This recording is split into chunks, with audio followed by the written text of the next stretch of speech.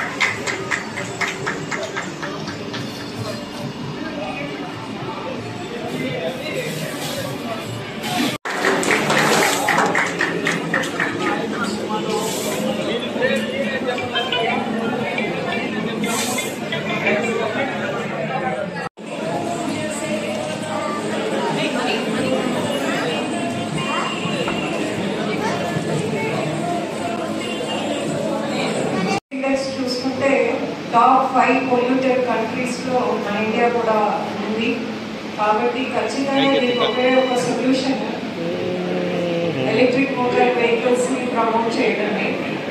దానికి తగ్గట్టుగానే ప్రభుత్వాలన్నీ కూడా చర్యలు తీసుకుంటారు. మనందరికీ తెలుసు, సబ్సిడీ ఇస్తారు ఎలక్ట్రిక్ మోటార్ వెహికల్స్ ని. అలాగే పబ్లిక్ ట్రాన్స్పోర్టేషన్ లో కూడా ఇప్పుడు ఎలక్ట్రిక్ మోటార్ వెహికల్స్ ఎక్కువ ఉన్నాయి.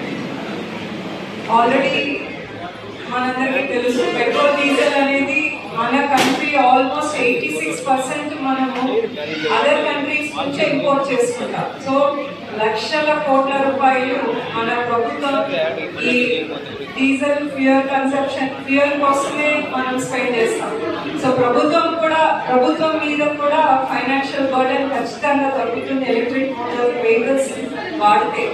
అంటే అంతకు ముందు కొద్దిగా ఈ మైలేజ్ ఛార్జింగ్ గురించి కొంచెం డౌట్స్ ఉండే కాబట్టి చాలా స్లోగా ఇది మార్కెట్ లోకి వస్తుంది. బట్ ఇప్పుడు ప్రస్తుతం వస్తున్న మోటార్ వెహికల్స్ ఖచ్చితంగా ఆల్రెడీ సాకేత్ గారు చెప్పినట్టు ఛార్జ్ చేస్తే 10 కిలోమీటర్స్ మైలేజ్ వస్తుందని.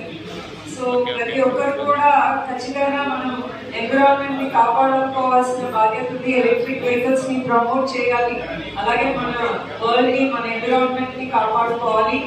అట్లాగే నాకు కూడా చేతక్తో ఒక పెద్ద, అంటే సార్ చెప్తున్నప్పుడు లాంగ్ బ్యాక్ నుంచి 1990 అంటే